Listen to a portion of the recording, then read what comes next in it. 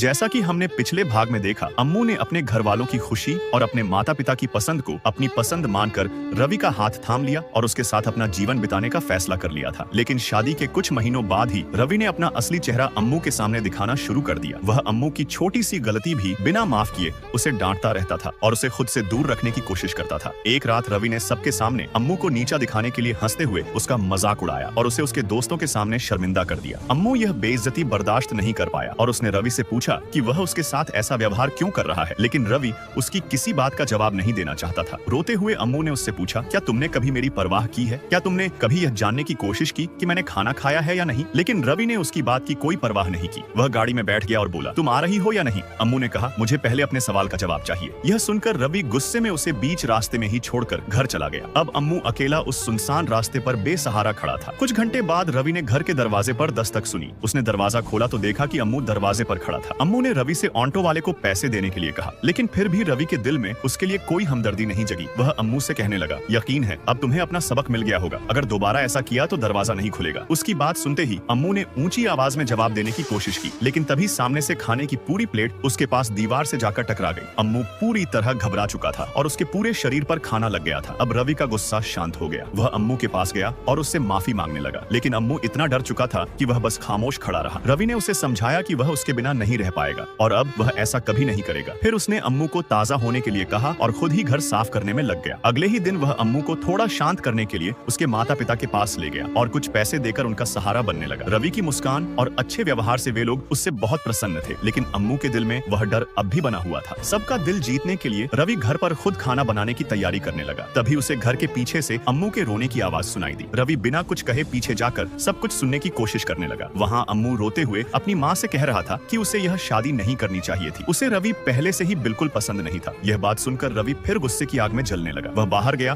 और पानी की बाल्टी को लात मार दी। आवाज सुनकर सब लोग दौड़कर बाहर आए तो रवि मुस्कुराकर बोला, बाल्टी फिसल गई थी। लेकिन अम्मू उसके चेहरे से फिर भी गुस्से की आहट महसूस कर रहा था। उसे अभी यह नहीं मालूम था कि अब उसके साथ क्या होने वाला है। अगले पार्ट के लिए नीचे कमेंट करें।